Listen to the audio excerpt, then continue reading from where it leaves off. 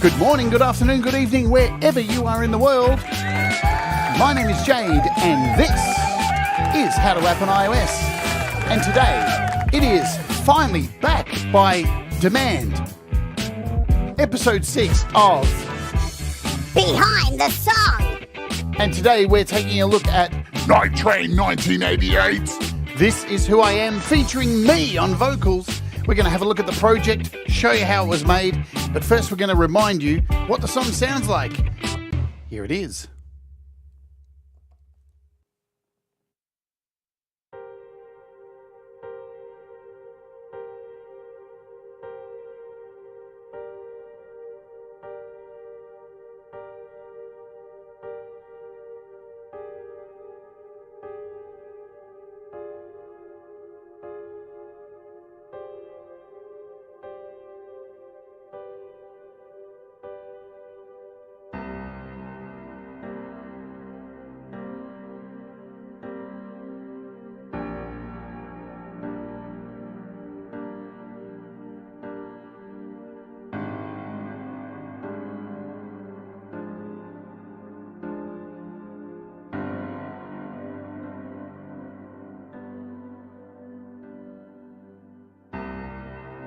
Here alone, why do I hate myself?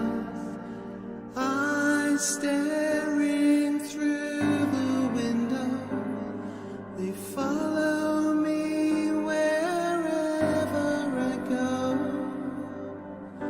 Why can't they see we are the saints made of flesh and bone? Why do they hate me? Nobody knows. Ignorance and intolerance grows from within. I shed my skin in a heartbeat if I could. Why do you judge me so? What have I done to you to make you hate what I am, who I am and who I love? It's not the Lord above. You have your own mind. You can be kind. I lived inside a shell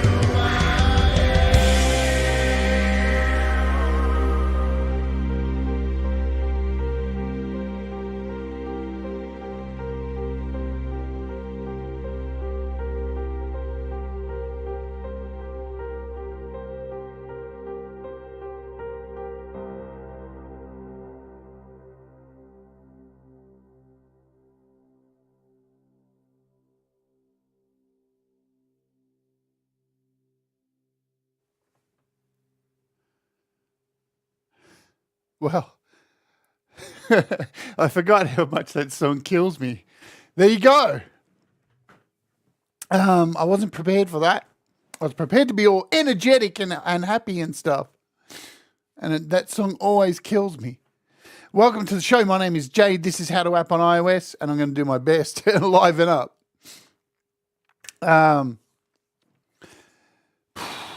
This is Behind the Song. We started this show last year, I think. We did 5 episodes of this and had a whole bunch of great artists, including Russ and Gary Hubbs, the Indigo Sunsets, myself. There's one more, and I can't think, Thomas Gillane.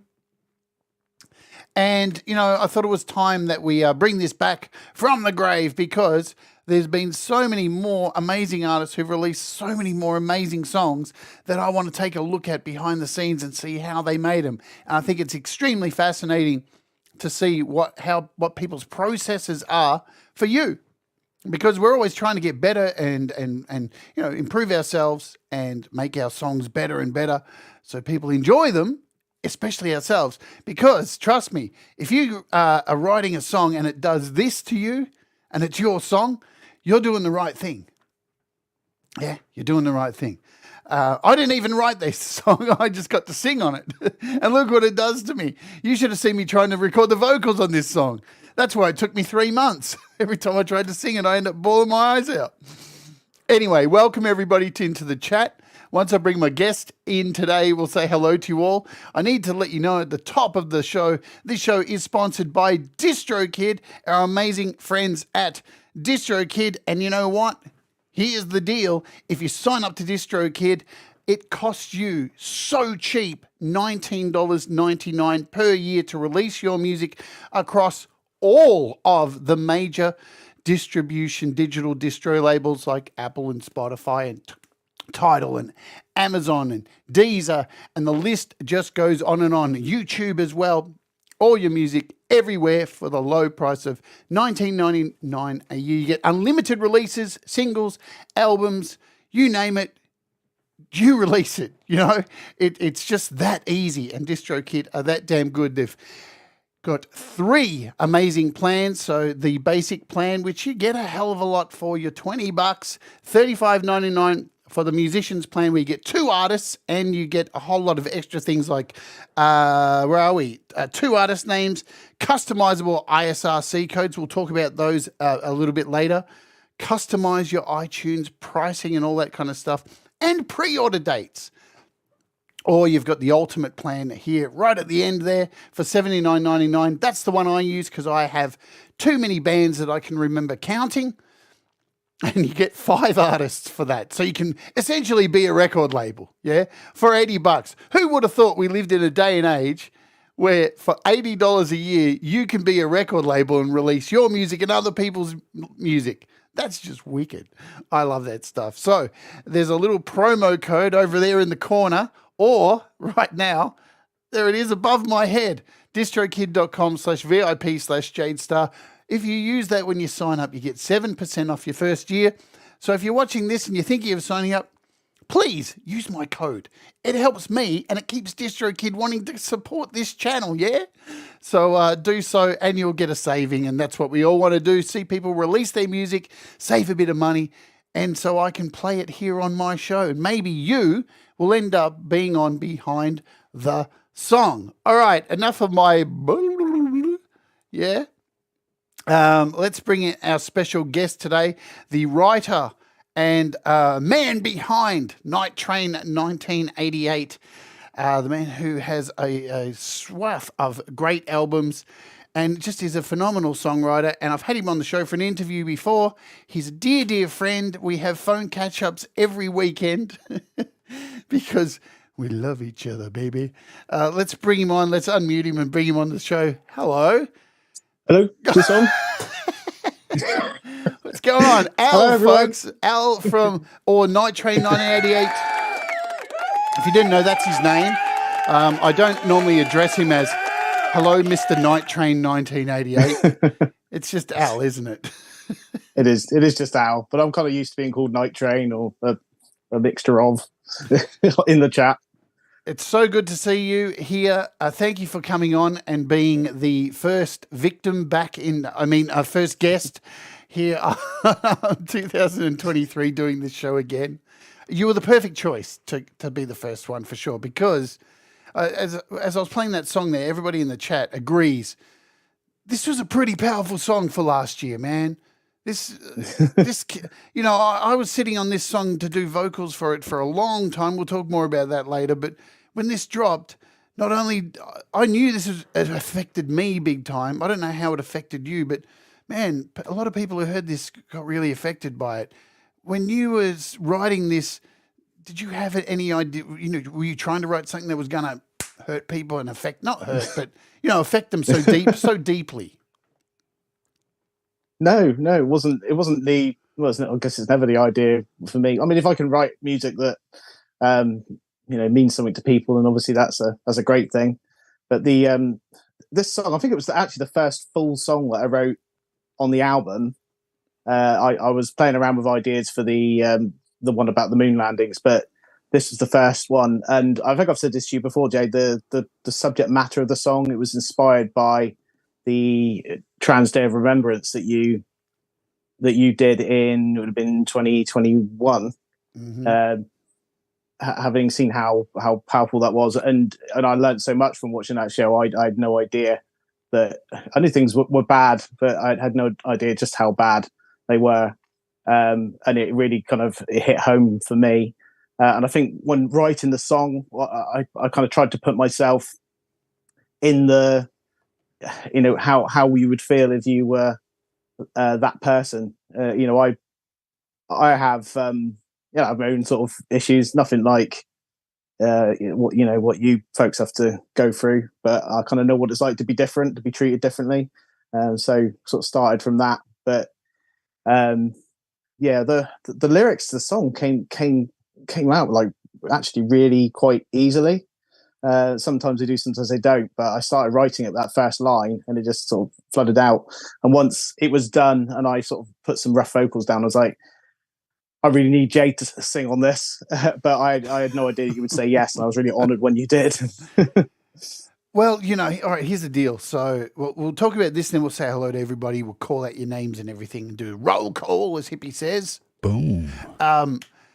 It's interesting because the trans community is very defensive, and rightly so. Of course, if you're a target of so many attacks from all sides, it seems, you're going to get defensive, man. And when you said to me how I've written this song from, about trans kind of people and what they go through, I just, in my head straight away went, I know there's a lot of trans people right now who'd be going, what? A cis man writing a song about trans? What? How dare you? I knew that, and because I see it all the time. And, there is that instant thing, because I'm a part of that community, to go into defense mode too and go, okay, sure, all right, how would you know my experience? And when I read it and heard it, I was like, man, Al's been paying attention. Wow. And it's really hard because I tell you what, I said this many times on the channel, I embrace being trans. I've got no choice, but I don't wish it upon anybody. Right. And to take a walk inside anybody's shoes who, are different, it's hard to do. And it's not a pleasant journey for a lot of people. But the more I listened to this song, I was just like, I'm going to be so proud to sing on this and release this. And hopefully there's people out there who hear this, who are trans and love this as well. And I've had some trans people message me and go, wow, beautiful stuff. So you did it, man. You did it. You broke through the cis barrier to make something, because it is a very defensive group of people, of course. And I'm not saying that to be mean. So it's no mean feat. It's an incredible job. Hey, thank you, Conspiracy Music, for gifting 5 memberships. And it looks like some people snapped them up. They're gone. Boom. Done. So thank you very much, Conspiracy, for doing that. Let's say hello to everybody, and then we'll talk more about this song. So guys, please write something in the chat so at least I can see your name. I don't have to do any scrolling. Try and make my job a little bit easier because it's been a hard morning. Let me tell you that. We've had premieres out the wazoo, equipment failures, everything. Kim Harden Hudson is here. Tremor Bear is here. Cold Acres here. We've got Michael, a.k.a. Zealand. Thanks for joining us. Ed B. Metal. Leela Reality. Who else? The Falcro, hello. Lily Pillies, who just had a premiere. So did Leela. So did Just Naya. So many premieres this morning. Audible Video. Barry Glenn. There's Naya. Great job. Great songs. Fantastic stuff. So many great artists. We've got Dwayne Wilson Music. Hello. Thanks for joining us. Joe Glenn is here. Conspiracy. Thank you again for the donation, the membership. Look at all those memberships going off up here. They're going crazy. I love it. I saw Russ. I saw Brad Example. I'm scrolling just in case I've missed. Camp G May, Princess LDG, In and Out. Robbie Stingle, hello to you. Man, we've got 24 wonderful souls here. Thank you all for joining. Mr. Smith, how can I forget Mr. Smith? Love you, Mr. Smith. Who else? Just make sure try to get as many as I can. Man, this scrolling thing's not for me. Cold Acre, did I say you? Yeah, I did, maybe. Thomas Christ, of course, who's put the link there to DistroKid. Love you, Thomas Christ. Hit the link, sign up to DistroKid, because DistroKid are amazing. We love DistroKid. I love DistroKid. I want to marry DistroKid and have little DistroKids. Is that too far? It's probably a bit weird. But Feisty Feather, how are you too? Good to see you. All right, so let's get in because, a quick show is a good show. This is going to be the 2-hour affair today because I've got another show to be on. I'm going to open up now. This was recorded in GarageBand on iOS. Is GarageBand on iOS your preferred DAW for recording, Al? Currently, yes. Yeah, I started off with GarageBand on iPhone and then managed to get myself an iPad last year. And that really helped. But I am currently saving for a Mac. So hopefully in the next couple of months, I'll be getting a Mac and it looks like I'll be sort of transferring across to GarageBand on Mac, at least to start with, and maybe progress to further heights after that. But we'll see how we get on. You're going to get people, traitor, how dare you move? Like poor Pete gets. Oh, hello, Deep Gravity as well. I missed you. Hey, Deep Gravity just did a live performance. Man, if you got the chance, go over to Deep Gravity's channel and check him out performing live. Dude, you are amazing. I love you, Deep Gravity. So you're on iOS. What is it about iOS GarageBand that makes it that you like using it? What's the... Just give us a few things that make GarageBand on iOS your go-to. I just find it quite user-friendly, I guess. I mean, I didn't start with. I probably talked about this when I had my interview with you, but when I first got an iPhone and I had GarageBand was on there automatically, and it was like, what the hell is this? You get 8 bars of something. So I just deleted it straight away. And again, I'm sure I've talked about this before, but I discovered Pete's channel and, watched some how-tos. Had no idea until that point just how much you could do with it. But I think even though there's so many apps, so many different synths and things like that, I still probably 75% of the time, I still come back to the instruments and the sounds that are built into GarageBand. I just like them, but I think it's just very, very user friendly once you work out how to use it. And when I discovered the edit function, I had almost my whole first album before I discovered you could do that. So that was interesting. Oh wow! Yeah, and I think I just caught it on one of Pete's videos. Like, you can go in, edit them individually. Before that, I was literally like playing the drum beats on the pictures of the drums and all sorts of stuff. So yeah, but I just find it quite user friendly. It's handy to have the touch screen. That's something I guess I'll miss, but I guess because I'll still have the iPad. Once I get the Mac, I'll probably still be doing things between the two. So I'll be tuning into your new channel, Jade, to get some tips. It's coming. I'm getting there. What's interesting, when you go to Mac and you go back to a keyboard, it's a challenge. It's a challenge because and so much so, I mean, I can't show my cameras because they're not working today. I have to reboot my computer. So much so, I had to go and buy a Magic trackpad for my Mac to get that authentic touch and spread. So, I mean, it works like the screen of your iPad. It's a lot of money, but it really helped moving over to Mac from iOS. But again, I use a Magic keyboard with my iPad, so I've got so used to using keyboard shortcuts now in GarageBand. It's weird with the touchscreen. I'm going to bring up the project now because another thing about your project here, and I do get scared when I occasionally do collaborations, is I'm going to get the project from somebody and there's going to be a plugin in here that I don't have, and I'm going to have to buy the plugin. Now you're a purist; you don't really use any external plugins. You use solely GarageBand stuff, yeah? Pretty much. Pretty much. Have you been tempted over to the dark side to use any external AUV3s? Well, I'll tell you what, actually, before I think it was sort of during the process of doing this song, I bought the Ravenscroft piano app, and I also bought iSymphony. Yep. And I'd already recorded the piano parts with the classic Grand that's built into the GarageBand, and I'd also used, I think it's the Hollywood strings sound for the strings, and I've got projects where I've used the Ravenscroft piano and the iSymphony, and I just couldn't. I don't know if it's because I'd already recorded it that way and heard it that way. I couldn't get it to sound right, so I basically reverted back to the original version I'd done. So I did actually spend some money for this song because I wanted to get it right, but ironically ended up back with the stuff that was built in. All right, so here we are. Yeah, and you're using classical grand piano. So 3 classical grand pianos here.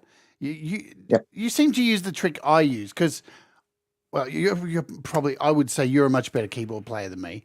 But I will play chords in one lane, and then in the other lane I'll do the melodies.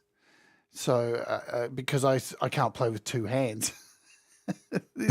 Is there a reason why you break up your piano into 3? Because you can see here with this track, they're overlaying each other. Is there a reason why you do that?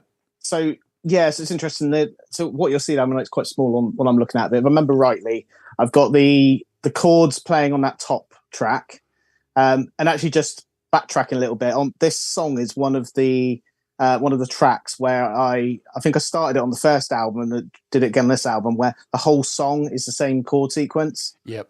There's no verse, chorus, anything like that. It literally, and you'll see that track going across the top, the whole song is just the same chord sequence repeated over and over.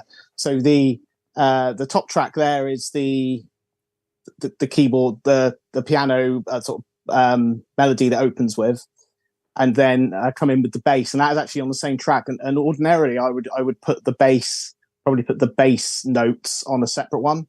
I don't know why I didn't on this occasion. And then the track below that then comes in, that's the dee dee dee dee dee dee dee dee. So that's the other part. But what I did there was I've got another bass note, I believe, if memory serves correctly. I've got another bass note there, which is sort of double over the other one because I wanted the bass note to be a bit more punchy after it came in. Yep. I've got to be honest, I can't even remember why that bit on the end is separate, whether or not it was done. Oh, we're going to find out. Yeah. we get to expose every single bit of our vocal takes and everything. Yeah. You're brave for coming on here, Hey, I'm doing it to myself as well. I thought if I'm going to bring back this series and I'm going to have someone on, I'm going to show them how, they do their thing. I'm going to make sure the first person who comes on has my vocals on it too, so I'm embarrassed as well. I'm going down with you, my friend. Let's have a look. We talked about it, didn't I? Where I do the backing vocals on your bit, I ended up having to put a little bit of auto-tune on, which I don't normally use. But I did like 5 takes. I still couldn't get it right. I was so impatient to get it done. I should have just gone away and tried another day. But it's interesting. Yeah, go for it. I was going to say, you'd sent me your vocals, and I was like, right, I really want to get my harmonies down on this.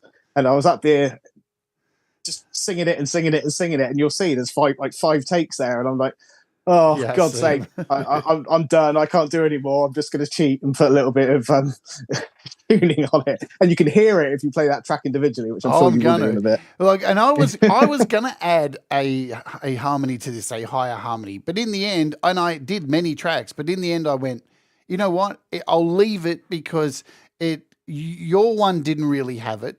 So I wanted to blend into your vocal and then let that end bit have all the screaming and all that stuff. So let's have a look at the piano now. We've got these soloed. I'll bring this back. Now, what have you got on here? Let's have a look at this piano. We'll open this up. I can't. So FAC, as far as I can remember, there's a lot of effect on it. Endeavour. Man, this app is wicked. I use it all the time on the show. If you don't know about this app, FAC Endeavour, it's spelt Alteza, and it gives yeah, go for it. So, I was just going to say that the sound here was actually kind of motivated by the sound you have on your guitar when you play your acoustic stuff. Thank you. I wanted a similar sound on the piano, so that, and you'd said to me, I use FAC Alteza and another, but I can't remember what it was called. Because it's I use Black Hole and Alteza. Black Hole, that's it, yeah. So that's the reason I actually went on and purchased this app to get that sound. Yeah, because it's a shimmer app and it adds, like it's a reverb, but it just adds that shimmer. You can hear it in there. If we remove it. God, what a difference, huh? And then we'll bring it back in. It just fills the void and makes it sound like it's massive, you know? Yeah. And yeah, Kim Harden Hudson wrote in the chat here, I had no idea, I can't find the comment now, she had no idea that it was all just one progression. And that's the thing I think people don't realize with songwriting. You can get away with using one progression for a song if you are doing other things around it to build peaks and troughs and moments and vocals are doing different things. There's so many songs out there, big songs, that you probably wouldn't realize that are exactly the same. Just one progression all the way through.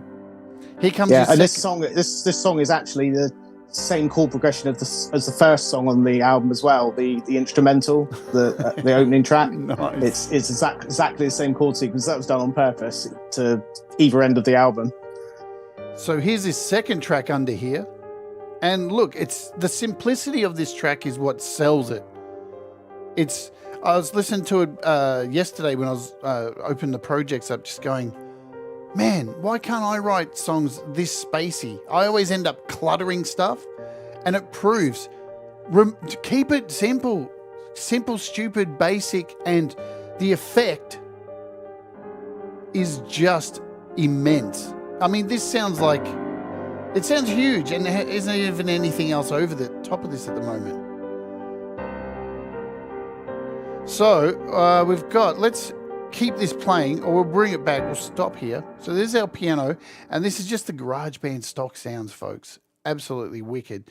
Now they've got two. We're going to move to vocals. We'll check down here, because all the rest of the instruments don't really come in till later on. So I mean, you are very ballsy with this, because it takes a lot of balls to sit there and just put a vocal accompaniment to a piano.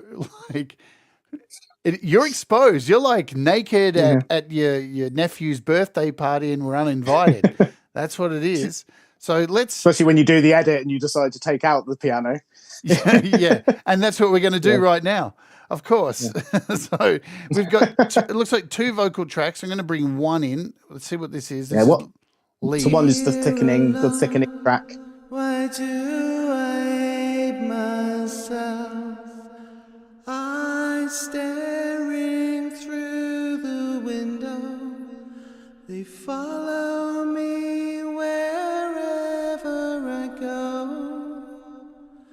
Why can't they see we are the sins made of flesh and bone? It's a really good performance. Why do they hate me? Nobody knows. Ignorance and And there it is bare. Listen to that, folks. This is what you want to achieve. You want to achieve a vocal take without all the effects on it. It sounds clean. Even if we brought the piano back in here.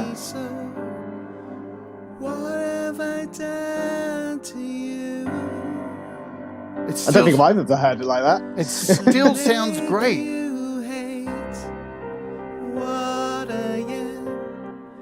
Okay, so let's look at the effects we've got on here.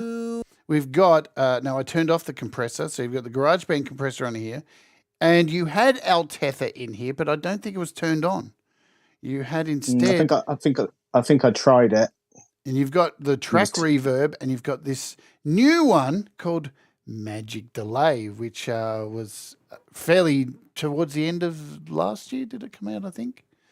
Or early this year. Who knows? There's too many apps. I don't even remember using that. It was on. It was actually on. It's in there. Let's play Interesting. it. No, it wasn't on. So all you have on this... You can be kind. I left inside. Is a track echo. You're only using GarageBand. So you've got a track echo, you've got a track reverb. You don't even have the master effects on down here. And a little bit of EQ. Let's go and have a look at this EQ, visual EQ. And look, that is testament. That shows, folks, when you're EQing, you don't need to go bananas. You just need a slight raise here, a slight raise there, just to give it that lift. Is this do you use the same kind of EQ when you're doing vocals? You don't even have EQ on the second vocal track. Wow. No, that's basically what I tend to use. I just pop the higher end up a little bit. You keep it quite simple. And yeah, I did play around with various effects on my voice on that one. I think like you showed there, I ended up with just literally the GarageBand reverb and delay, I believe. Yeah, and it sounds beautiful. The tempo of the song, Russ has asked, is 160 BPM for signature, time signature. So yeah, but it's a good thing too when you're in here to try all these effects to see what works. And a lot of the time you will go back to the basic stuff. It happens to me all the time. I'll get these grandiose ideas of going, yeah, and I'll add this new plugin that I did a review of, and it's not. It doesn't work. it doesn't work. So, well, here's the deal. So the tempo's set at 160, and if you listen to because I remember when I was recording to this, if we bring on the click track, listen.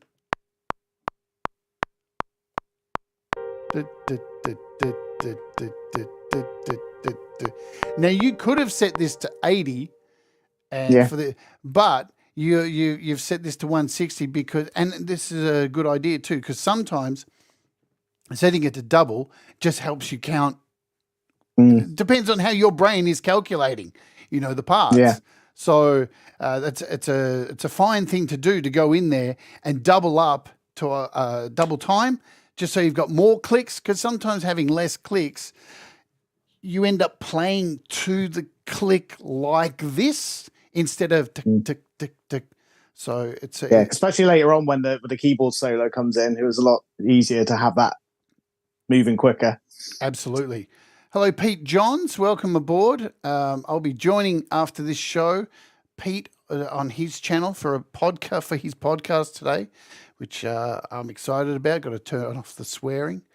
That's easy to do. It's easy to do. I've really got it under control lately, the swearing. So let's have a look at this second track. We'll bring this in and we'll turn off this click track. Let's see what's going on.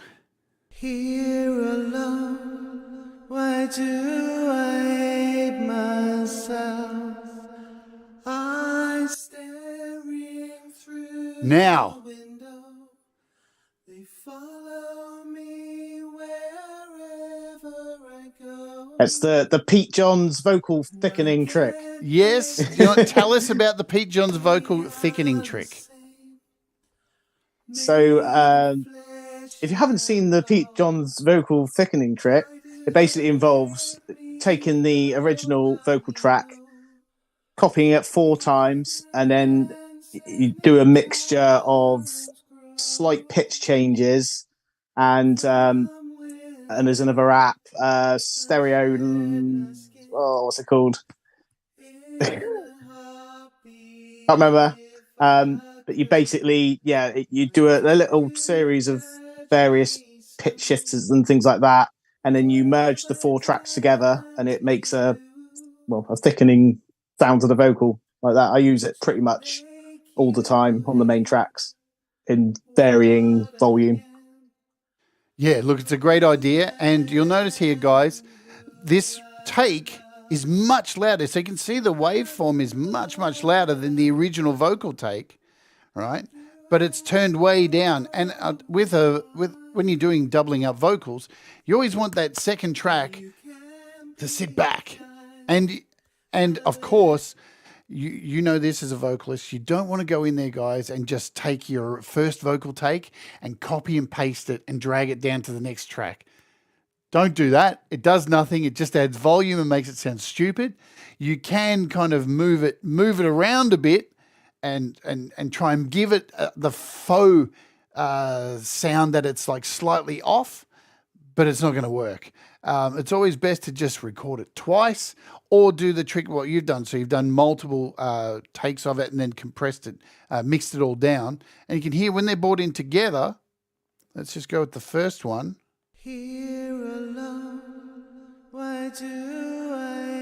Let's bring in the second one so you can hear the difference.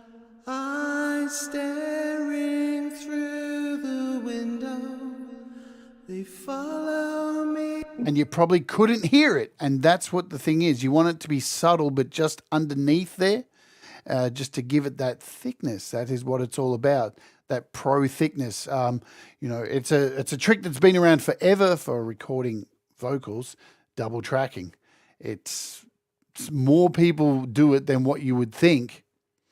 And let's bring the volume back up and bring in these piano. Here it is, just the second vocal.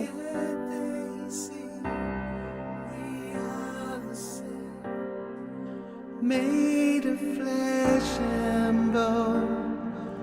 Why do they hate me? Nobody knows.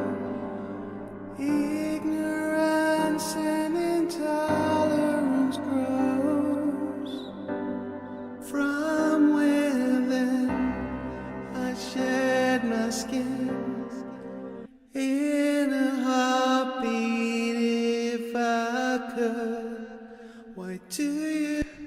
And what you're also going to notice, my friends, is Al has left all of his breaths in there. And that's what you need to do. I see so many people.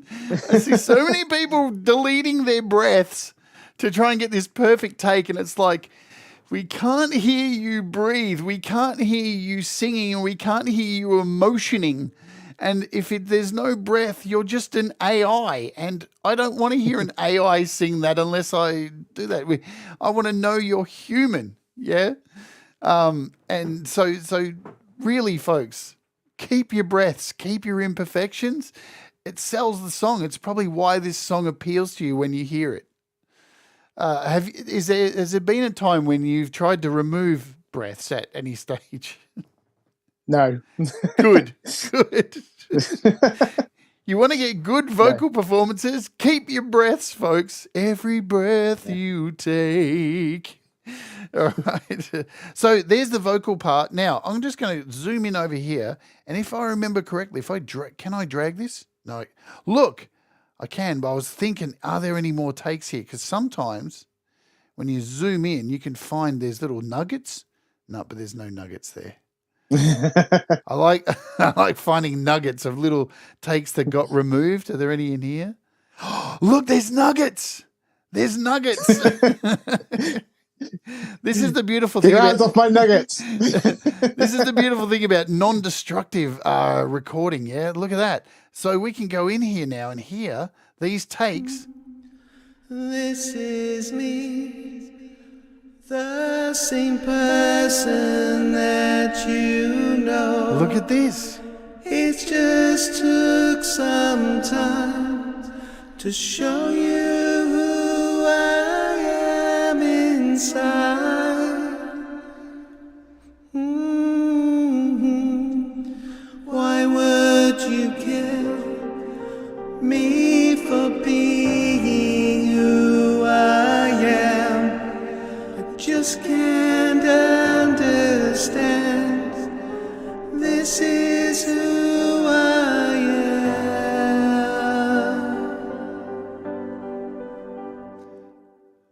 Nuggets. I love nuggets. Could have been worse. It's a good job. And I could have been swearing at how badly I'd done the first I bit. know. I was hoping there was going to be some swears in there going, "Oh, I hate you. Oh, I've taken this track 10 times and I have to do it again." So when I received this, these vocals were here. So let's silence these. And these were the guide tracks for me to do my vocals. I'll just play these again. This is me, the same person that you know. It's just took some time to show you who I am inside.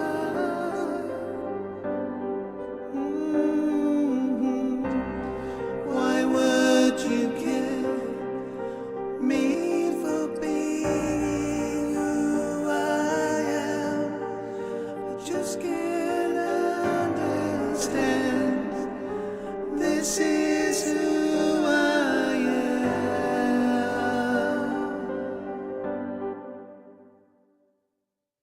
Beautiful. I mean, you could have released this song without me and it would have sounded awesome, you know.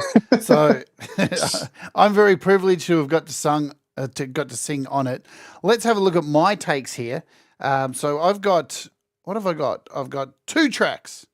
I just used two tracks. Normally I would go for more, and you can see there's a whole bunch of chopping here. I've done some chopping as well. Look at these, guys. There's some big chops in here because I was just running out of time and I knew you needed the song. And every time I tried to do these vocal takes up until the last few days that I got it finished, I would try and sing it, Al, and I would just burst into tears. It was so hard to sing this. It was really hard. The lyrics you wrote, they hit home way too hard. So I struggled for so long to sing this. And there were some takes where, yeah, I think you can see here, one of these says lead vocals 39. There's a lot of vocal takes I did on this. Let's have a listen to my vocals here. This is me, the same person that you know. It just took some time to show you who I am inside.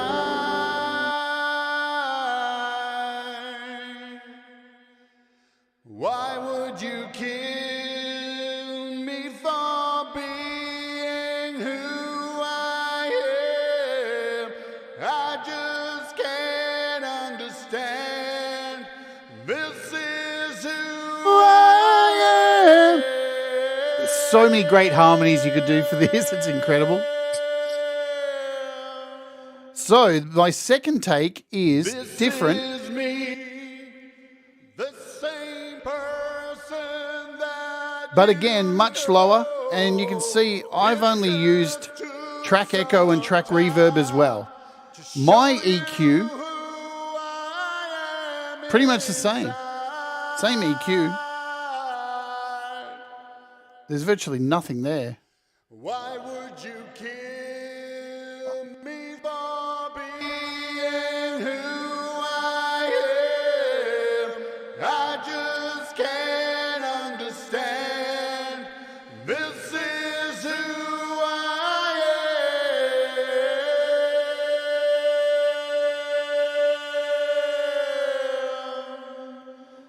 am. Now that I wanted to show you there, the imperfections of that ending, because you can hear in there, because they change, they end differently. It creates this weird vibrato crossfade sound that shouldn't actually work at all. But that's the magic you get from double taking. You get things that sound like you would never be able to recreate that. Let's play it again.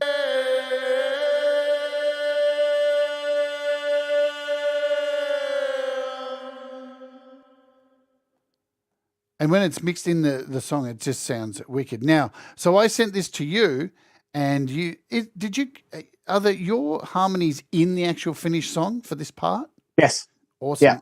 Let's play these because, man, you did a commendable job, a really good job. I didn't mean commendable. I mean a great job on trying to follow, because I'm a little bit more off kilter than your vocals. Mine are a bit more darker, minorish. I don't know. I don't even know how to explain it. But let's play it. This is me, the same person that you know. It just took some time to show you who I am inside.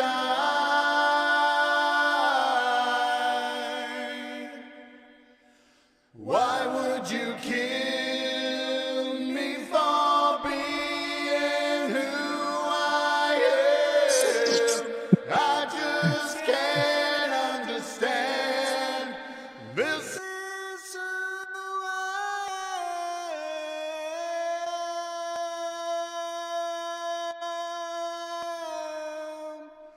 I can't even hear the difference, dude. So you chose the tune pitch. This is the Apple one, the Apple. And what have you got on here? You've got nothing on here. I can't remember what I did. Have I not put it up or down at all? 6.9666. I love that. We've got a 666 in there. Absolutely brilliant. I think I felt I just needed to sharpen up a little bit, and that's probably why I've done that. But I just wasn't quite happy with how it sounded. The thing is, you hear it on its own, and it sounds pretty awful, but it actually sounds okay in with your vocals.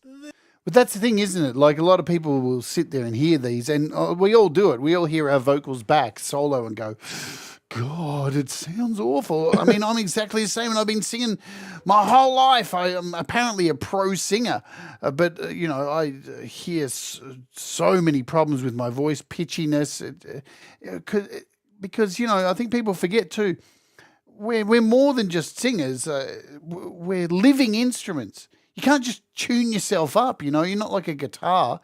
If you're feeling shit that day when you're recording. If you've had a bad day, you've drank too much coffee, it just depends. You haven't had enough sleep, your performance will be affected. Your health, your well-being, how you're feeling, it plays a big part on your vocal performances. So it's very important to be in the right space when you're recording. Which I don't think I was on this day. Oh, God. It sounds great. But you've got 5 of them in here. Right in the end. How do you get to the 5 performances? Oh, you can hit takes, can't you? So if you didn't know this, in GarageBand, you can actually set the settings so when you do a take, it saves each of the takes. And look, you've got all 5 of them here, and it keeps them. So it puts a little number up the top there, and I can pick any one of these other vocal harmonies. I could do that and then play it back. And now we've got the different vocal harmony. This is me, the same person. Aha, I know why that one's not in there. You said the wrong words.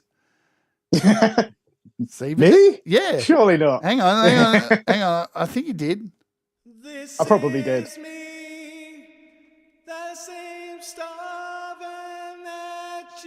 What the hell? Starving. You said starving. See, but this is the fun of looking at these things. We can go into takes and pick vocal harmony 5. So it keeps all of these so you can go back and check out what you've done wrong. And then you can compare them and see which one works fine. So this is why I was saying how important it is, Jay, to learn the words before you do the performance rather than trying to read them. Yeah, I know. Yeah. It's a thing, and it does. Yeah. It's an interesting point that you bring up too, because I know we all don't have all the time in the day to record all this stuff. Most people have got jobs, and when they do get time to record stuff, you've got an amount of time. So learning lyrics isn't always high on the agenda. And when you've got the technology to have something in front of you to read them from, but it does make a difference if you do know the lyrics and you're singing them, because it not only, why does it make a difference? You tell me. I'm one of these people that likes to close my eyes when I'm singing. It sounds really daft, but it helps to sort of take me off to where I'm, it helps me to get the emotion behind the song. So when I recorded most of the Human Endeavour, I learnt the words because it made such a big difference. I think when you're reading the words off, it's just impossible, especially like me, when you don't read too good. It's impossible to read them quick enough to be able to keep the emotion. Yeah, and people can hear it in the performance too. Sometimes they can hear the because hesitation and these kind of things, they do play a part in a melody line. If you're only slightly off and you keep that as the track, it's like me and Thomas and Pete, we do live streams every week singing songs, and I know all three of us rely on vocals because there just isn't enough time to learn them all. And I look back at some of those live performances and go, oh my God, you can see I'm reading them, and you can really tell I'm reading them as well by the way I'm performing the vocal. So it is a good idea to try and memorize stuff. But Thomas Christ says, I can't memorize words for shit. But that's because you've got 19 albums, Thomas. Yeah, exactly. make less music, Thomas. So here's our vocal. Let's avoid vocals for a little bit now, and we'll go down here because the music kicks in. More music kicks in when I start singing. And what have we got here? You want to tell us? We've got Hollywood strings, and we've got 2 Hollywood strings, a dark glide bass. And what was your thinking behind this point of the song? What were you trying to achieve by bringing instruments in here? Just usually with me, I suppose it's building. So it just felt like the right time for some strings to come in. I used strings quite a lot on this album, but it just felt at that point that something had to come in, but strings would. I think it would kind of add to the feeling, add to the emotion, but not overwhelm the piano that was playing. The dark glide bass, I'd forgotten I'd even used that sound, to be honest, but I think that worked quite well. But I think the reason I've got 2 Hollywood strings, what I usually do is I have a higher and a lower, just to sort of cover the range. That's probably what those 2 are if you listen to them. But let's find out. If I hit play in the right place. So here's the first one. We'll bring in that second one. Yeah, there you go. Yeah. And it's a good idea to split these up because, I mean, you can easily put this higher octave in the first track, but then you've got to rely on velocities to balance out the volumes. And so it's a good idea to be able to put them on a second track. Let's bring it in again.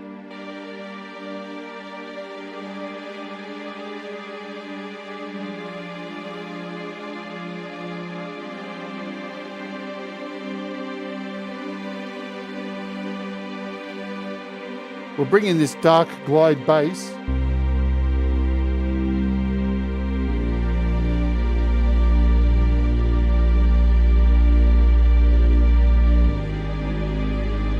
See that, and that's again simplicity, folks. Simplicity. So much room to breathe. Bring in the piano.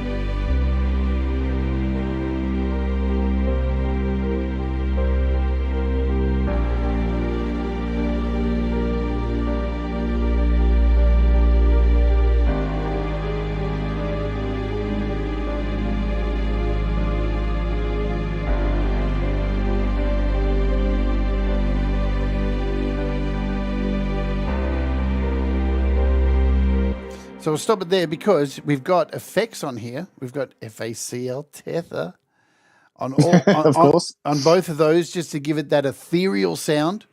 Yeah. And then on the bass, you don't need anything. You've got a bit of visual EQ on there. And again, look at that. Look at that little amount of just low end. You know, don't need to remove any frequencies there. Just give it a bit of thickness, so it has impact when it hits. Beautiful stuff, and that just repeats all the way through to the end, pretty much. Yeah, Pretty much. perfect. So around this time, I'm going to come back to the U's and the R's. I see them there. But now you are, as I've had you on the show before, and most people know, or those who don't know you, you are a drummer by trade. Like that's been your thing. So I see here on this project what I try and encourage everybody to do in GarageBand instead of using Auto Drummer. You've separated all your drums into neat little places. You're a real drummer. I'm not really sure I've separated them as well as I ordinarily would, because I think I've got the cymbals and the snare in the same, but I've doubled them up. And then I've got the kicks separate, the fills separate. Everything I've done since, because this is one of the earlier tracks I did on the album, I think I've separated cymbals, snare, and kicks. I'm not sure why I did it the way I did it, but the reason I've doubled it is because I was just finding that drums, no matter what I did with the volume, they were just too gutless. So I've basically done double tracks of all the drums just to give it the punch. And if you sort of play just one of them, you'll notice just how different it sounds. Yeah, we'll do that. See you later, Naya. Thanks for joining us. Folks, Naya did a premiere early today with Vivian Smiling, so go over and check out her track. Let's play these. Here's these fills that lead into it.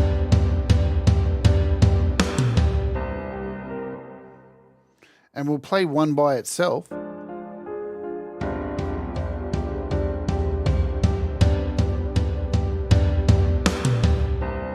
Yeah, absolutely. It's a really good idea to double up, just to cut through, because GarageBand drums can be a little bit gutless. It's a good term. And you've got a compressor on here. So you've got a compressor on here and a flat EQ. I do love doing this show because it really shows off that EQ isn't. I see so many people like stressing about EQ and going, "Oh, but you've got to EQ everything. You've got to EQ it." You don't. You don't. If it sounds good, don't touch it. I rarely use it, to be honest. A little bit on vocals and a little bit here and there if I need to, like I did on the bass there. But I rarely use it unless I really have to. So let's play that again, leading into the kicks.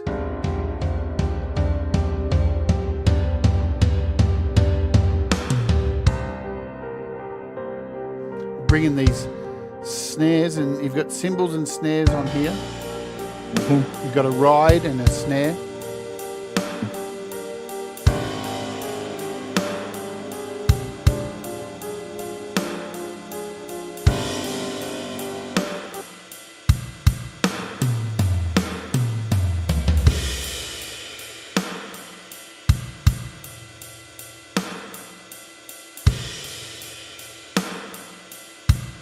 And as I go through this, folks, you're only using a master reverb down here and a bit of delay, which is echo. Big sound, big sound.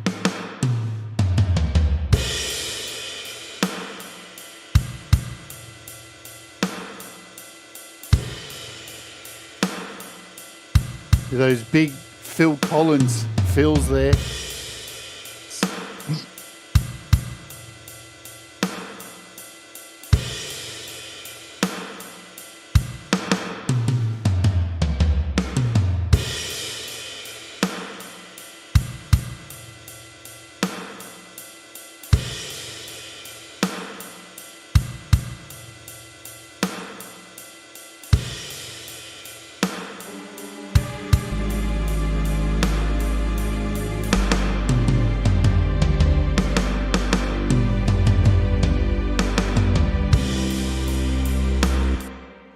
Massive drum sound. Thomas says huge drum sound. It is absolutely giant. The last three instruments down here I'm going to have a look at are these analog unison sounds. So let's silence everything. Tell us about these. What were you bringing these in for? What are these? That's the solo. So the rather long solo. I wanted a solo that I don't know. It sounds daft, but almost seems too long. I wanted a long, because I remember when you did the cover of this, it was like, is this bloody solo ever going to end? But I wanted it to be the sort of typical prog song solo with the and I had the real sort of punchy sort of bass notes on the piano going underneath it whenever it hit like the sort of the first note of the bar, if you know what I mean. That you sort of hear it if you play it, the real punchy piano going underneath it. I thought it was quite effective. And then the bit in the middle where it sort of does the with the chords changing underneath, but the notes staying the same. It's quite effective. Cold Acres written here. I don't like the sound of that snare on its own, but in the mix it works. Yeah, and a really good point there, because you may like when you're choosing a drum sound, you may, when it's by itself, you're like, oh, I don't like that, and you skip to the next one. It doesn't matter what it sounds like by itself. It sounds like it matters what it sounds like in the mix. It's like Pete did a whole thing on EQ on his Studio Live Today channel over the last couple of weeks. And again, don't EQ your stuff and a soloed track, because then you're going to bring it, you're going to spend all that time EQing, and then you're going to bring it back into the song, and it's not going to fit, because EQing is about finding the frequencies that there are gaps in the frequencies of other instruments. So let's have a listen to this part here. Yeah.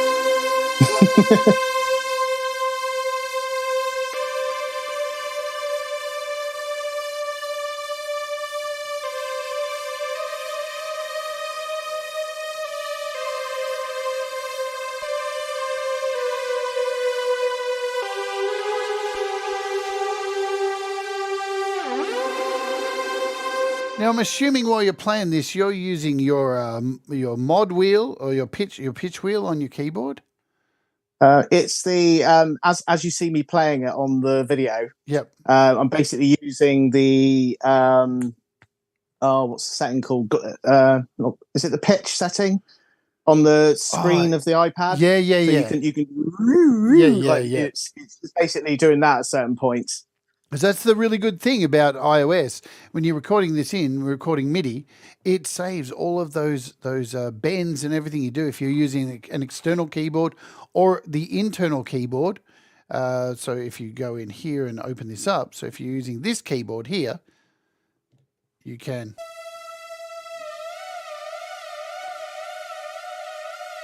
And it saves all of that into the notes.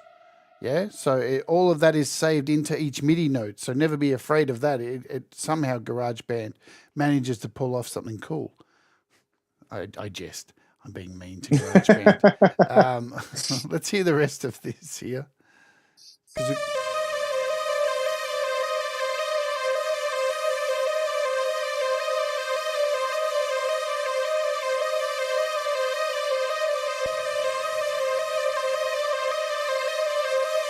That sounds terrible on its own.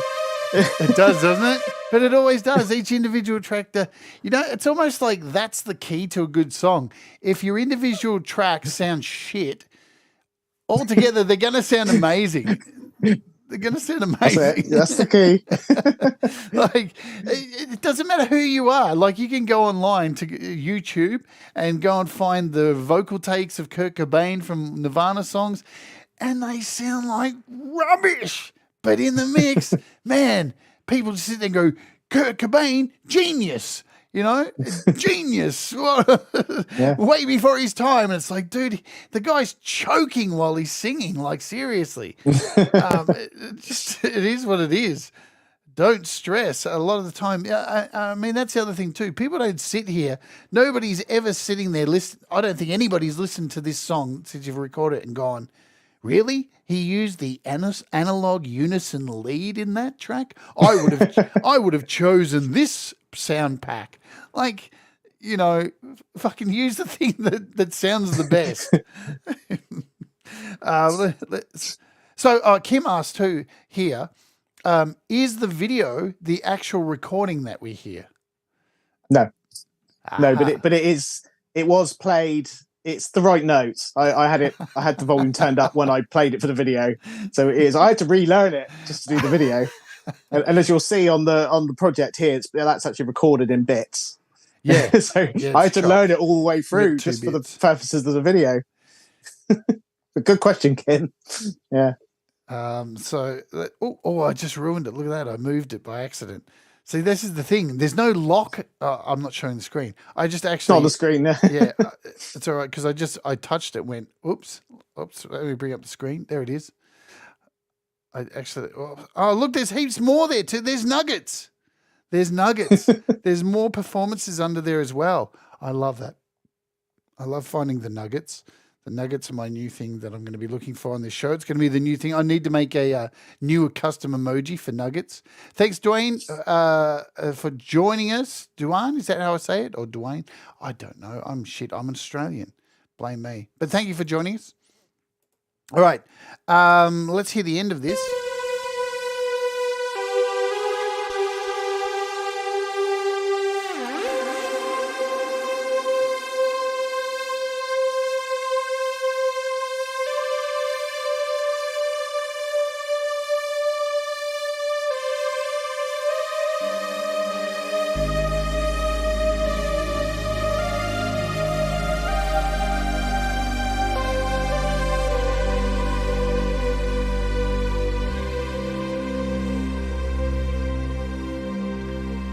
So it's interesting. You said that when you saw me perform it live, that I was like going, "Oh, come on, where's the solo?" And it wasn't that. It's not that I was like trying to rush the solo on, because I had no visual cue to know when it ended. That's kind of what I meant. Yeah, Yeah, I was having to count, and I'm like, I can't count.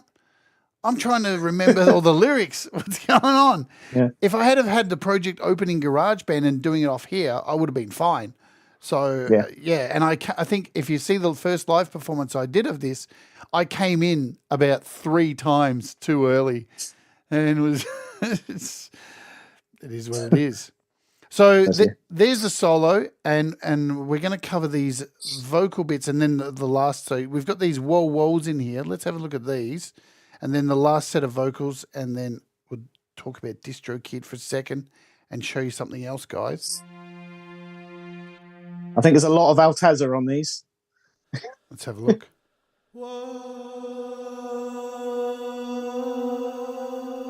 Yes, look at all that. There's a lot of wet.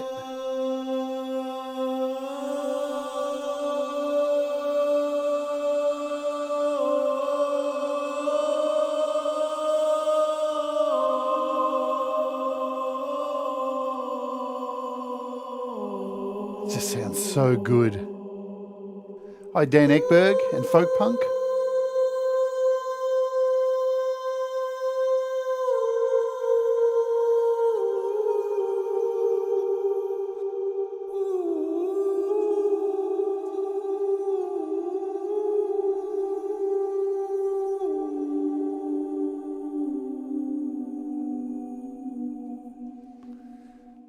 Magical. See, you don't even need music behind stuff like that. In little performances like that. Let's totally remove all the Altazza now, just for fun.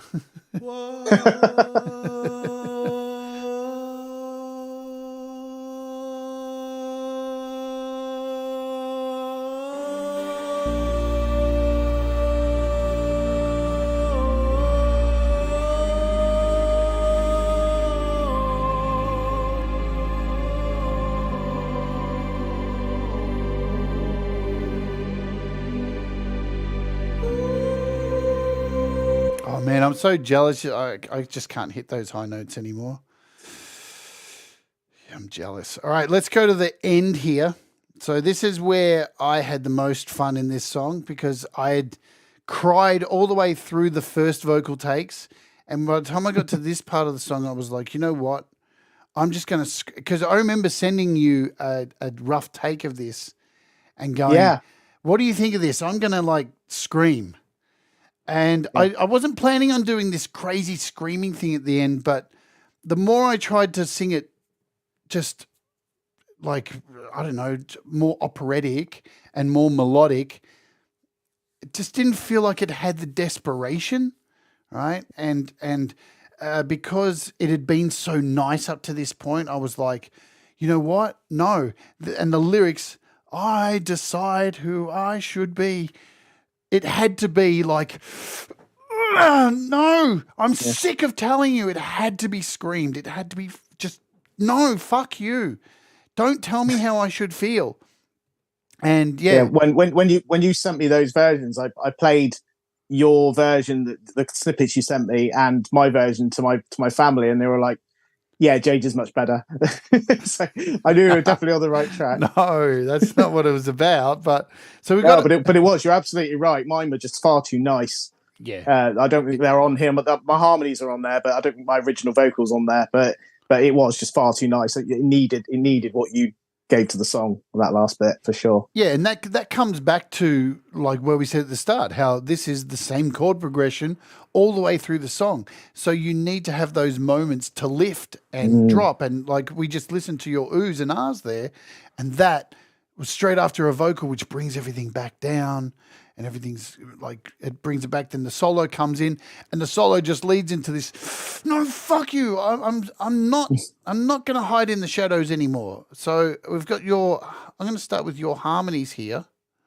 I decide who I should be. Live my life just being me. And I'll bring in my main vocal. Outside, then look within. I'm content inside this skin.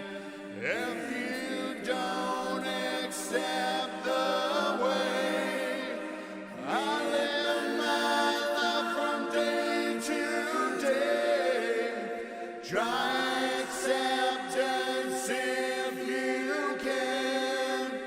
If you don't, well, this is who I am. Cool. So let's have a listen to the other two vocals that I have in here where I'm screaming my head off. And you can see they've been extremely comped here, because when you're singing like this, it's impossible to sing all the way through without getting bad artifacts where your voice cracks, because such a screaming vocal is just brutal. Let's hear these. I decide who I should be. Live my life just being me. Look outside, then look within. I'm content inside this skin. If you don't accept the way I live my life from day to day, try acceptance if you can. If you don't, well, this is who I am. Jesus. Bit of a contrast to what I did. Yeah, it's just a little bit. I'll bring in the other one now.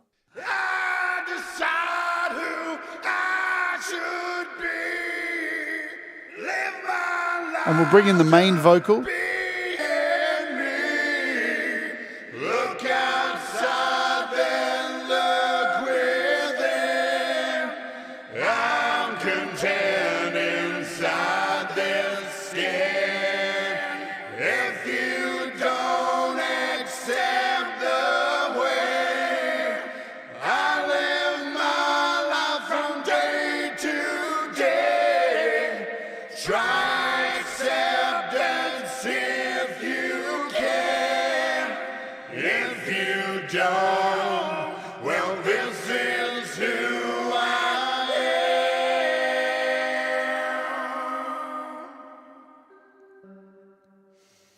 am.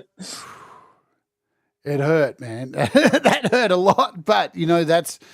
I was just so glad that you were happy with me doing that.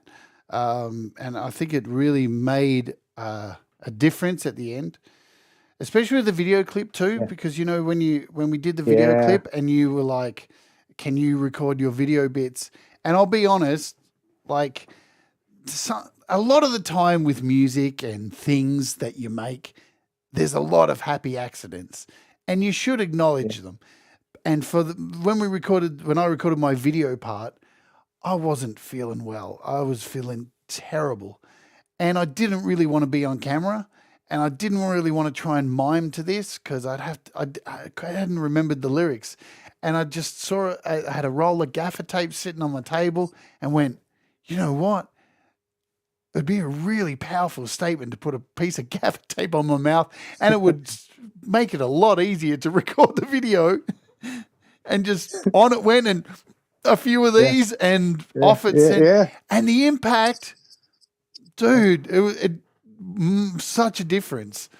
Again, it was just through. I don't feel up to it. That's all it was, Audible said, when I received that, I couldn't believe it. It was just it just fitted so well. A bit black and white, darken it down a little bit, and it just fitted so well with the track and the message of the track. Yeah. Audible Video asks, did you echo the chord progression in singing the harmonies, or did you deviate for richer tones? You know what? If you listen to the difference between the two takes of mine, where are we here for the first vocal? This is me, the same person that you know. It just Because it's the same. I could have gone, oh no, it is a different melody, isn't it? It is a different melody. To what I sang.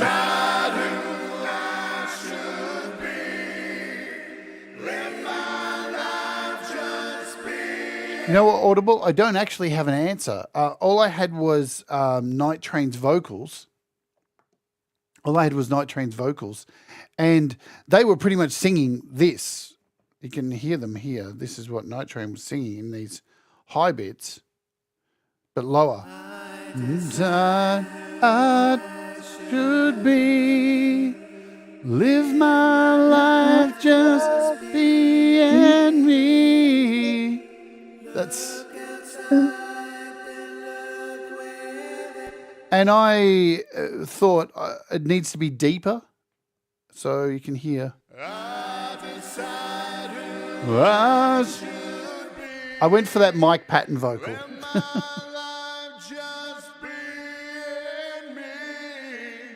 Look outside, then look within.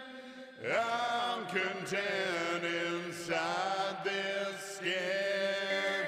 If you don't accept the way I live my life from day to day, try acceptance if you can.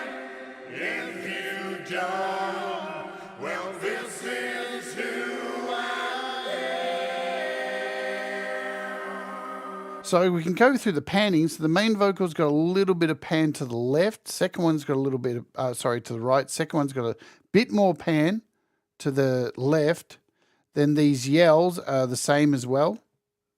They got left and right panning, so split panning, and same with the harmony. So there's a little bit of panning on each of the side just to give it that thickness, that sound of separation, and all of that. So that's pretty much the whole song, all in a nutshell. So I'm going to close out of this because I haven't changed it too much. Let's just do that. I haven't changed it at all. We'll close that. I've just muted a few things, and we'll come back over here because I'm going to open up the second one briefly and go through the changes you made with the radio edit. But before I do that, of course, I have to do this. And man, we've gone longer than what I thought too. Who knew? Who knew? It always happens. It is what it is. Happens. It is what it is. So thank you for sticking around, guys. Hope you're enjoying this new format, this new show, and getting something from this, please hit the like if you are. If you're new to the channel, hit subscribe. If you're watching this on the replay as well, do all the cool stuff. Because DistroKid are our sponsor, and I'm going to talk about them for a moment right now. And for as little as $19.99 a year, you can get unlimited songs released to all of the major platforms if you use my code, distrokid.com/VIP Jade Starr. Paste that link into your browser before you sign up, and you will get 7% off your first year using DistroKid to release all of your stuff. And I'm just going to quickly jump over here. Here are all my songs, all my music. I've got so much music released on DistroKid. It's unbelievable and so cheap. But I'm going to quickly run through how easy it is to upload a song. And you can see here, I can also upload a video. Yeah, I can upload a video because I have DistroVid. So this is how easy it is to upload a new song. Straight off the bat, I'm going to run through this really quickly because that's how it's really fast to do. You can choose all of the platforms you want to go to. Look at them all. So many, it's ridiculous. You've even got Snapchat. We'll add Snapchat. Yeah, yes. Thank you. You can decide here if you just want to release a single or an album. And the way to do an album is you to choose how many songs you want to do. Up to 35 songs. So I could do like I'm releasing a 22-track album later this year. Bang, 22 songs selected. Has the album been previously released? No, it hasn't. You can choose your artist name. So I've currently got Metheist here. And because I've used Metheist before, it's shown that I already have music released on Spotify and Apple, and it's already selected it. If I went in here and changed this to Jade Starr, Dread Circus, it also went, hang on a minute, you're all set. You've done this before. So I can select yes. I can group this album with my other releases that are already on Spotify or already on Apple Music or already on YouTube because it remembers that you've released music with DistroKid before. Look, this is new, even Facebook now and Instagram. So it also has recognized. How cool is that? So that's really cool. You can choose a record label if you're on the two higher plans. The first lower tier plan, you just get a DistroKid number associated. You can add an artwork, really easy. I could just go in here. I've got Vero's new album. I'll just use her artwork. Look at that. There's your artwork. So easy to add artwork. Choose your album title. Boom. Choose your album price. You've got a whole lot of things you can choose from here. The language, you can select genres, whatever genres you'd like to. You've got two options to select a genre. And then you just go through and select your song titles. You can add other artists. If you've got somebody else who's performed on it, you can add a feature in their name. Then you click and add your audio file from your files. Find your file. Boom. Here it is. You click your file. You add it in. Done. There's your file. It's so easy to add these, and you go through that process 22 times. And you get to the end. Let's just scroll to the end because it is this simple. You've got a bunch of little terms here where you just say, yes, yes, I agree, I agree, I agree. Please put my music on DistroKid now. And that's it. You hit done. You send it all away. And it takes up to 2 weeks in some instances, but most of the time, it's actually really a lot quicker because, as I said before, DistroKid rock. I'm going to bounce over here. I'm going to bring in my friend Al again because you release your music. Do you release your music through DistroKid? I do. And how's your experience been releasing music through DistroKid? Absolutely brilliant. Yeah, I am actually with this last album, I one of the tracks two of the tracks after I uploaded it, I realized there was bits I wasn't happy with. I wasn't happy with the one about the moon landings. There was a little bit of extra gap at the end, so it wasn't a seamless join. And one of the other tracks, I just wasn't happy with the levels on it. So after I'd uploaded it, I went on. I had to cancel it and go on and do it all again. But it was so easy even to do that. They just make everything really, really easy and quick. And then there's things that you talked about, like being able to put your lyrics on there, which actually I did with the first album, but not with this album. There's so much that you can do, things to do to sort of promote the album as well that they can create. But yeah, just really, really happy. And for the price, just insane. It's ridiculous, isn't it? I never thought we'd be in a time when I was younger that you could just release music for $20 a year and be rubbing shoulders with like Björk and all these big artists on Apple Music and Spotify. We live in amazing times. So thank you again, Distro Kid, for sponsoring the show. We love you, Distro Kid. All right. Welcome also Kid Kane to the chat. Good to see you, my friend. Welcome aboard. I'm going to quickly open up this other project, and then we'll get the hell out of here because I've got a date with Pete Johns after this on his podcast. So I'm going to go into here and open up this one because we talked about this after you released this song. I was like, man, you should release a radio edit, a short, because this is, how long does this song go? The original song go for? It's about between 7 and 8 minutes, I think. And you do write a lot of long, epic pieces because you're a prog dude, yeah? And I was like, look, everybody loves this heaps, and I'm not saying anything bad about the solo, and it wasn't anything to do with the solo, but I think we live in a day and age where people have got really short attention spans, especially with the TikTok and Instagram eras, and it's such a moving song. I just thought it'd be a really good idea to cut it down as much as you could to release a radio edit so you can maybe capture the people that you wouldn't capture. Because shaving a couple of minutes off or 3 minutes off a song really makes a difference for people who have low attention spans. So, and you went ahead and did this, and you did a fantastic job. What was your approach to do this track?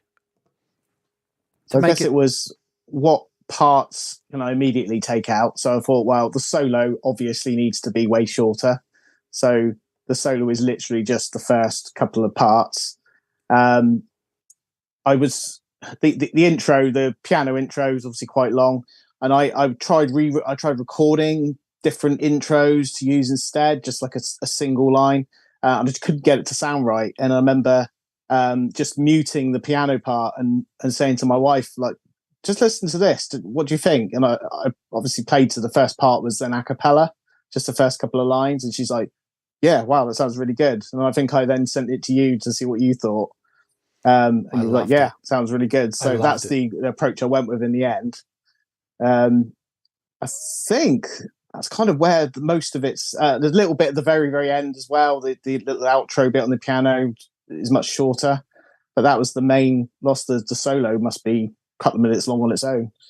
Yeah, look, I loved it because not only did it take out the solo and give it that compactness, but it made it stand out even more because of the way it opens. And let's play how it starts. This is the beginning of the radio edit, as you'll hear, completely different. No piano. Staring through the window, they follow me wherever I go. Why can't they see we are the same? Perfect. Made of flesh and bone. Why do they hate me? Nobody knows.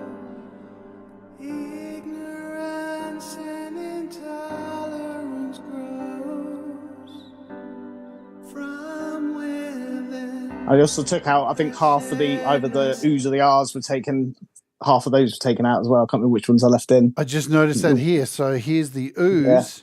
This is who I am.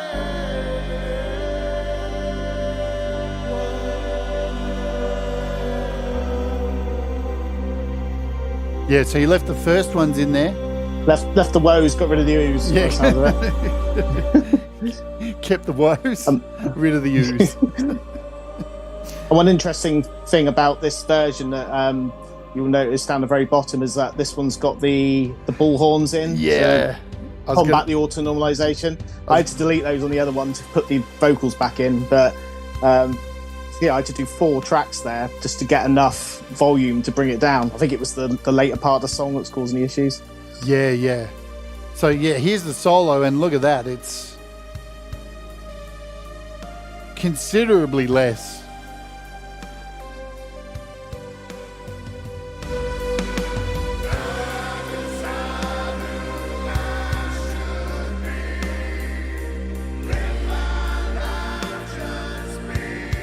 So we'll talk about these bullhorns down here because Pete briefly covered these in his show on GarageBand Weekly this week.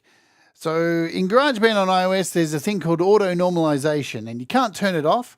So when you do a mix down, it auto normalizes and pumps the song up to it makes it louder, and it sucks because we want to keep our songs at a lower level with headroom so they can be mastered. And the only way around this is to add these tracks. Let's have a listen. I'm going to have to turn this down, aren't I? Yeah, they're very loud. They're me screaming as loud as I can into the microphone, just to warn you. I'm turning this way down, right? Way down. So you have to go in and just scream and make a wave file that is peaking the absolute hell out. Listen, I can give it a bit more volume now.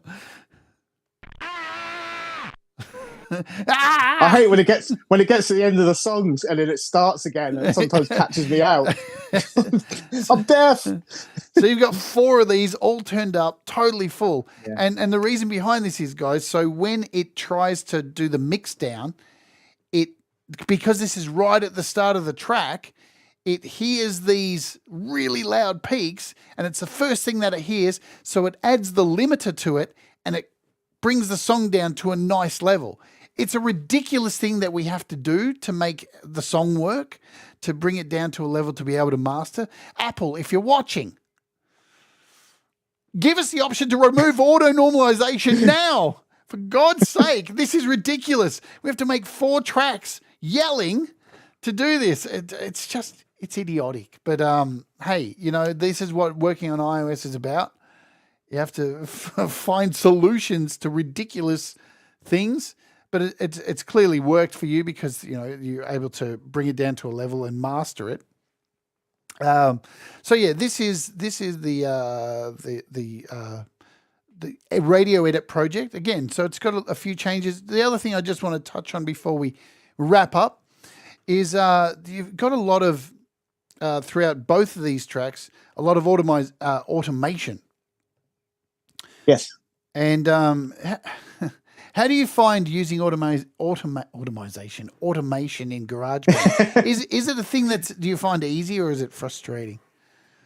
No, I find it fairly easy. Like when, for instance, on this where I think I fade the drums in, I've played around with do I use automation to fade it up, or do I go in and use the velocity and gradually set the drums higher and higher, if that makes sense? I'm pretty sure I did that in this one. I prefer to change gradually up the velocity because I think it sounds better than fading it up like is used there, if that makes sense. Yeah. But yeah, generally I find using automation, I mean, I tend to fade parts out. Like at the end of a lot of my songs, I'll have everything playing and then I'll gradually fade the strings out and then gradually fade something else out and have maybe just the bass going out last or that sort of thing. And that's probably what I've done at the end of this one. The one thing I find frustrating with automation is once you have added automation, you can see what happens here. The volumes are they're grayed out pretty much, and I can't move them.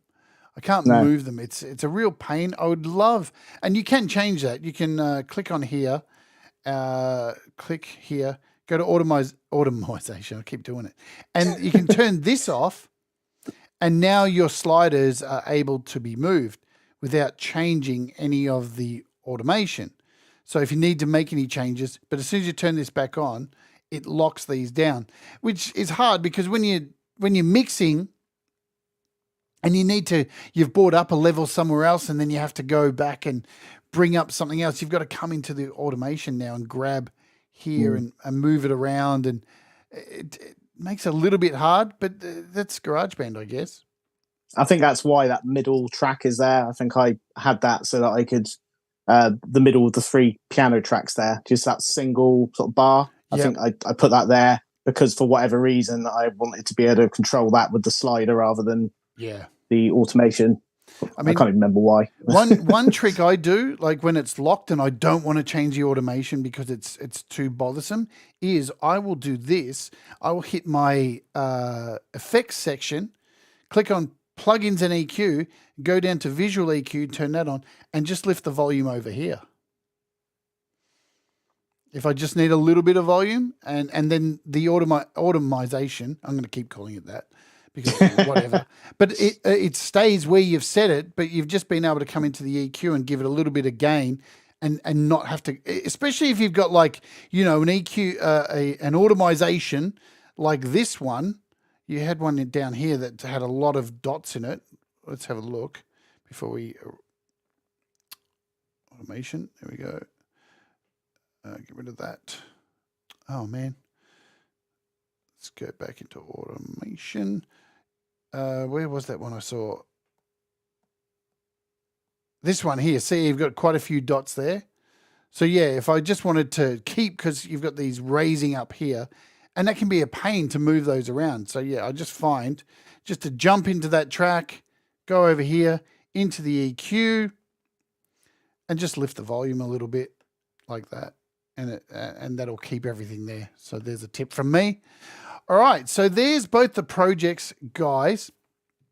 I hope you've enjoyed this insight. I want to thank you, Al, for coming on and sharing your and sitting through and being brave enough to hear your vocals being played to everybody on here bare, naked. Yeah, and a bit of advice for anyone else who comes on: make sure you hide your nuggets before Jade gets her hands on them. Hide your nuggets. Hide your nuggets, because I will find them. I'm always. But no, thanks for asking me to come on and do this, Jade. It's been really good. Oh, it was a no-brainer to have you on for the first one back. Cold Acre's got a quick question. Why the need for screaming trapped? Why doesn't one just work? Why did you have you got 4 on there? Because one just wasn't loud enough.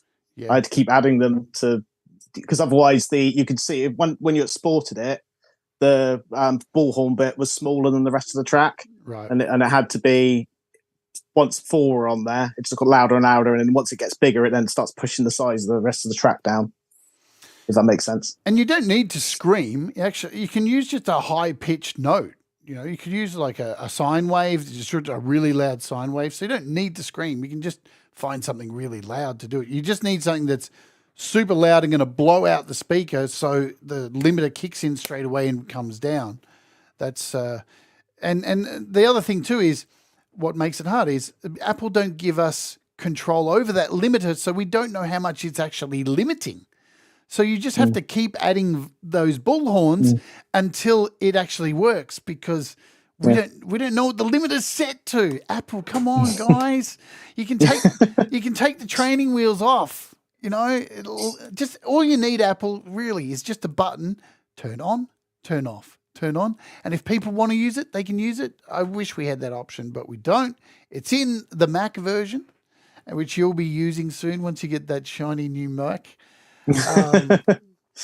Good stuff. So we're going to go out today. Now, all of the links to Night Train's music in the description. So go over it. Go purchase his music on Bandcamp. Go support him on Apple and Spotify. Subscribe on YouTube. Do all the things, because he's been so kind enough to come on the show. And you know what? His music's awesome. This is like absolutely one of the best songs of last year. I was so privileged to be a part of it. It's amazing. And every time I hear it in its whole, I do cry. You saw it at the start. It's not bullshit tears. You can't fake that shit. It's just a beautiful song. So congratulations. What's coming up for you? You got any new ideas for an album, or what's happening for this year for you? I've got one song in the, which is almost there. The music's done. The lyrics are done. I just need to record the vocals, but it's going to be quite a grueling vocal session. I think the subject matter is quite heavy, but we'll see what that is about once it's released. I kind of, I'll see when I release it, but I kind of had an idea about maybe releasing it when I get my Mac to sort of close the iOS era, as it were, and then I'll probably try and get to grips with GarageBand on the Mac, then I guess start working on the next album. At the moment, I've got no ideas for the next album, and I very much work by having a concept. So I guess when that comes to mind, I guess that's when I'll start to make a start, as it were. Awesome stuff. Thank you, my friend, for coming on the show. Thank you all for being here today and supporting the channel as always. I'm getting out of here because over on Studio Live today, maybe Thomas will help me out, put a link. I've got a dump set, so I should dump you over there as well at the end of the show. I'm heading over. I've got to rush over, change into my special Pete Johns clothes, and head over to Studio Live today and make a guest on his podcast. So we're going to close out today by playing the radio edit version of the song. And yeah, thank you so much, Al. Thank you so much, everybody. And remember, do the things that make you happy. Mistakes make you better. And we'll all rise together. Let's do this song. See you later, everyone. Bye-bye. Here alone, why do I hate myself? I'm staring through the window.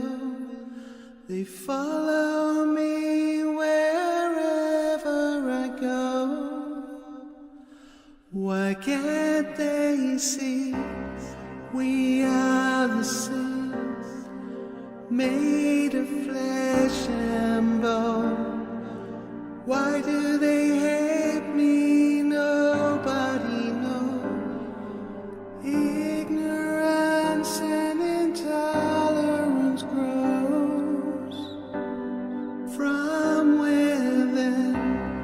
I shed my skin in a heartbeat if I could. Why do you judge me so? What have I done to you to make